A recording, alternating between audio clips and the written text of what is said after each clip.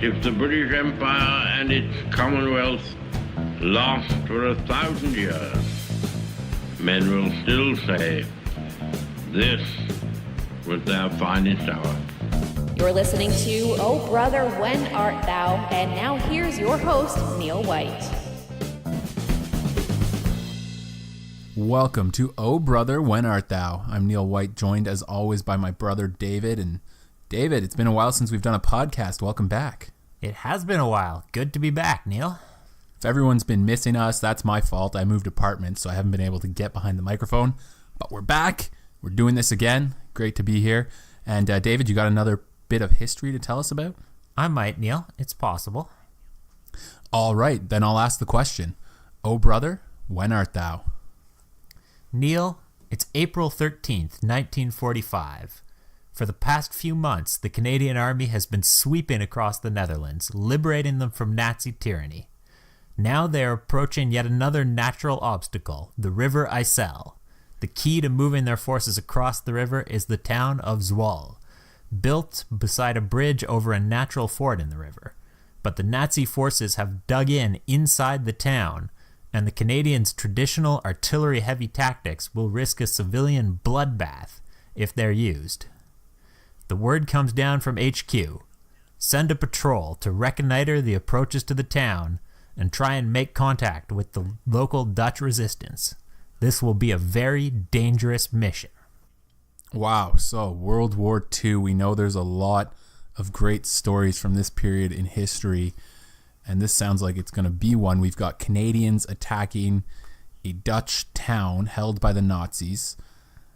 They need to get across the river. Is the bridge still there, David? The bridge is still there at this point, but ultimately with a good natural ford and the amazing bridging capacities that the Canadian Army has developed, this is late in the war. They've crossed a number of rivers in Holland. With a good natural ford, they'll be able to get across. So the problem is really getting rid of the Nazis, and they'd like to just bomb them, use artillery bombs to get rid of them, but they can't because of the Dutch population that's there. So they're going to meet up with the Dutch resistance. Is the Dutch resistance strong in this area, David? It's always hard to analyze how strong the resistance movements in Europe were in any specific point, because the resistance obviously had to be deeply secret until after the war, when everybody wanted to claim to have been a member. So that can make it very difficult for a historian to really analyze professionally whether any given resistance movement was numerically strong or weak. But certainly the Dutch resistance was extremely committed, extremely brave, and much larger than you might think reading popular histories, which focus on resistance groups in France or Norway or Yugoslavia, which are better known. And so this is going to be an extremely dangerous mission. Do they have volunteers or guys picked for this mission, David? Who ends up being a part of this Canadian mission to meet up with the Dutch resistance? Well, as it happens, the regiment that is at the tip of the spear at this point, at the front of the Canadian forces, is Le Régiment de Chaudière, a Quebecois regiment. The French name kind of gives away that it's a Quebecois regiment. It does, but more importantly to our story, they've already got a famous, within the Canadian forces at least, sniper but also scout who has already succeeded on some astoundingly dangerous missions. His name is Leo Major, and of course, with a mission of this importance, he's the guy they're going to choose. Is Leo Major a major? He's not. He's a private. Oh, darn, that would have been great. It would have been great, but it is not to be. But before we go on, I've just got a quick question for you, Neil. How many eyes would you consider to be necessary for a sniper? I would think that snipers usually have to have pretty good depth perception to be able to shoot people at a long distance. So you need the two eyes to be able to have that depth perception, do you not? Well, many people would certainly agree with you, Neil. But Leo Major joined the Canadian forces early in the war. from Montreal, that's his hometown, moved to Britain and trained with them as a sniper. And on D-Day, he deployed with his regiment as a scout sniper, fought valiantly in the initial stages of the Normandy campaign, personally captured a German half-track. But then, a few days after D-Day, tragedy struck. He was on patrol, one of his early scout patrols, and he ran across 4 elite SS troops who were advancing to meet the Canadians in battle. And he happened to stumble across them at close range. Both groups were surprised. He managed to kill all 4 by himself. My goodness. Before he got the last of these troops, one of them managed to pull a phosphorus grenade and pull the pin. Now, white phosphorus is an extremely nasty weapon. In point of fact, since World War II, it's actually been outlawed under international treaties. But at that time, it was still used by both armies. It's an incendiary weapon very similar to napalm, and it burnt off half of Leo Major's face. Ouch, that doesn't sound good. He stayed in the army after having half of his face burnt off by a white phosphorus grenade? He lost an eye and had to use an eye patch for the rest of his life. And he actually not only stayed in the army, he insisted on remaining a sniper when they tried to change his specialty, because they thought, like you did, that a sniper would require both eyes. But he insisted that he only used one eye to look through the sniper's scope on his rifle anyway.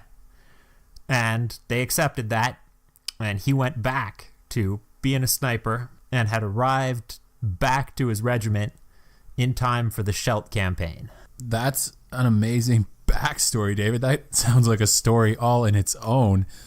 And what a terrible thing to happen to Leo Major, and for him to still be fighting and now to be chosen for this dangerous mission in the Netherlands. Well, before we reach that dangerous mission... Okay, there's more? There's more. When I ended that, we were starting the Scheldt campaign. Now, during the Scheldt campaign, he fought valiantly again, became, as I've said, really a legend within his regiment and his brigade and even his division, very well known.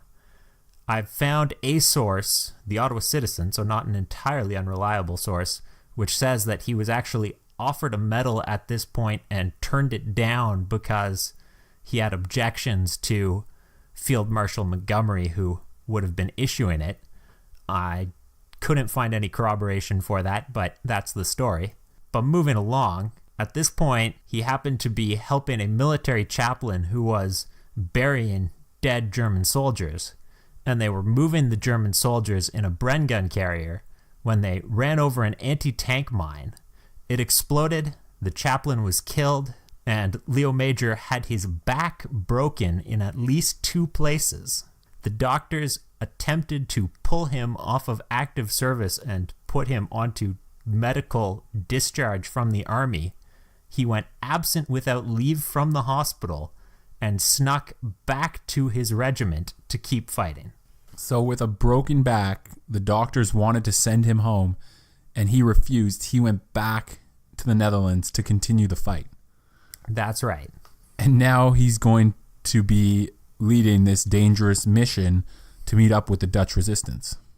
And now, yes, the Canadian Army, moving from the very slow-moving, brutal Scheldt campaign, is advancing more rapidly across the rest of Holland. And they've reached the River IJssel. It's a strategic problem. They need to be able to cross it, but they don't want to bombard the town.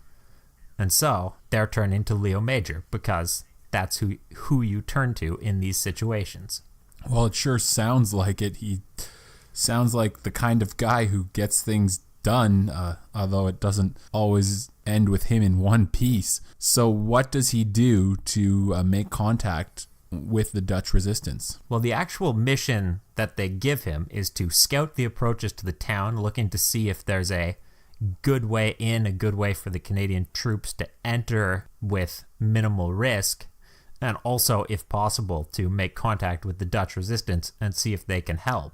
Now, those orders could be interpreted in multiple different ways. Scouting the approaches might imply staying back, not actually entering the town, but maybe a bolder soldier looking at the contact the Dutch resistance element to it might decide he wanted to take this a little bit further, actually see how far into the town he could get. I'm going to guess that Leo Major is a bolder soldier. Leo Major is a bolder soldier. And for this mission, he doesn't want to bring a large group because he wants to be infiltrating, sneaking around. A large force is going to be detected. But he's a sniper, so he brings his spotter with him. His best friend, a guy called Willie Arsenault. And what's Willie Arsenault's backstory, David? Well, that's a little bit more prosaic. He was a lumberjack in Quebec before the war, signed up, became a spotter in the Canadian sniper training system, worked with several different snipers before becoming Leo Major's standard partner and friend. And around the time of the Scheldt campaign, they started working together on a regular basis, and he got a reputation for being almost as bold as his partner, though perhaps slightly less beaten up. All right, so what do these guys do, David? So they're sneaking into the town. It's after sunset by this point, 13th of April, 1945. They're sneaking in. Both of them have taken off their combat boots and are wearing sneakers so that they'll be making less noise. But it's not enough. Somehow, Willie Arsenault makes a sound, maybe a tiny sound, but it doesn't matter. The German sentries on the approaches to the town hear it and open fire, killing him practically instantly. Wow, so Willie Arsenault has been killed by the Nazis. What does Leo Major do? Leo Major immediately returns fire. He kills the entire Nazi outpost that just killed Willie Arsenault. But that's not enough. He picks up Arsenault's submachine gun. Canadian spotters typically carried a submachine gun to give them more close-range firepower to match the sniper with long-range firepower that they worked with. And he goes into the town, and now he's barely even focusing on his mission to try and make contact with the Dutch resistance or scout the approaches. Now he's hunting Nazis. My goodness, with his scout dead, Leo Major, a decorated and revered Canadian sniper, is now in a Dutch town filled with Nazis, out for revenge. He's out for blood. And by all accounts, he is beginning to get it. He hunts through the town, just anywhere that he can find the enemy. Sometimes he snipes them from long range using his rifle. Sometimes he bursts in on them at close range, even inside buildings, using the Sten gun to just blaze out that short-range firepower and cut them down. He starts taking grenades. He didn't have grenades initially, but he starts taking them off of the bodies of the German soldiers he's already killed and using them to eliminate other German outposts. All through the town, the Germans start to believe that they're under intense assault from a very large force. So the Germans think the entire Canadian army is coming down on them, basically, but it's just Leo Major. It's Leo Major. And at this point comes the element that truly makes him famous. He captures, by accident, a German officer who happened to be in one of the outposts that he was killing his way through. And this officer turns out to speak French from his time occupying France with the Nazis. And of course, Leo Major is from Montreal. He speaks French. That's his native language. And Leo Major tells this German officer that the Canadian army is coming. They're already launching their initial assault, and their plan is to drive in the German pickets, retreat, and then flatten the entire town, German soldiers and civilians alike, with artillery in just a desperate need for revenge that he claims that a Canadian general has. And he tells this officer that he's actually trying to warn him, trying to tell him to flee while he can, because he, Leo Major, actually disapproves of this entirely fictional course of action. So Leo Major makes up a story that the Canadians are going to raise the town and just destroy everything to scare this German officer? And then he lets him go. It's a bold move, but it pays off, because the German officer, when he reaches the rest of his troops, tells them, the Canadians are coming. They've got no mercy. They're already killing our outlying outposts with devastating efficiency. It's time to flee. And that devastating efficiency is just Leo Major. And the rest of the German force in the town agrees, and they evacuate across the river. And the next morning, the 14th of April, at 7 a.m., 10 hours after this mission started, Leo Major turns up in his regiment's lines, asked to report to the colonel, and his report is, all enemy have left the town. Leo Major single-handedly captured a strategic Dutch town for the Canadians against the Nazis. That is correct. David, if you told me that this was a Hollywood movie that some writer had made up, I would think that that made a lot of sense. But you're telling me this is all true. I am telling you, Neil, that you can look up the London Gazette, and they list the medals issued by the British Army and why they were issued. And you can find Leo Major awarded the DCM for liberating the town of Zwolle by himself. That has to be the most incredible story of heroism in World War II that I have ever heard. A single soldier with only one eye single-handedly devastating a Nazi army dug in to a Dutch town and then convincing them to walk out of town so that the Canadians could capture it. That is truly an unbelievable story, David. And while you're still here, just one quick little postscript to that. Leo Major survived the war. He left the Canadian Army at the end of the war.